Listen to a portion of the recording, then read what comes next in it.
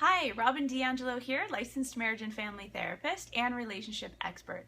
And like many of you, I love reading the little articles on relationship advice. I love to hear what people are saying, what works for them, what doesn't.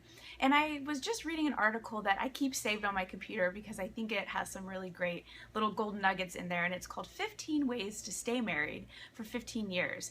And number one on the list is go to bed mad. And I love this because I think it's been years and years of kind of old school thinking that we have to, resolve our conflicts before we go to bed with our partners. We have to make sure everything's, off the plate to start fresh the next day. And I just don't agree with that.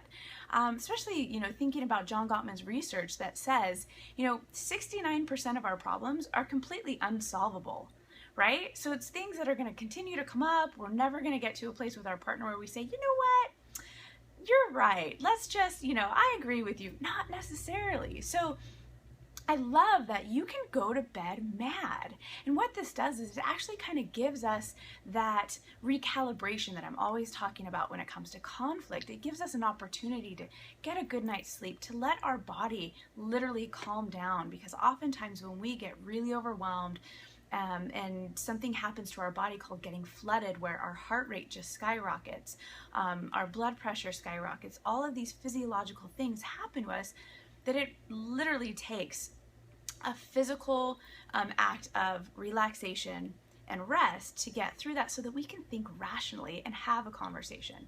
So the next time you and your partner are having a fight, or even just a little tiny argument, remember, Robyn said, it's okay to go to bed mad. And the important part is to remember, how do you come back together the next day? How do you say, let's try this again, or can we revisit this? That's the important piece of this. So I want to hear from you. Do you go to bed mad? Do you think it's something that is allowed in your relationship? And I wonder, if it hasn't been up until this point, what would happen if you tried it?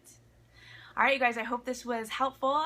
Leave a comment below, or you can shoot me an email, robyn@counselinglaguna hills.com. I hope to hear from you. Talk to you again soon. Bye.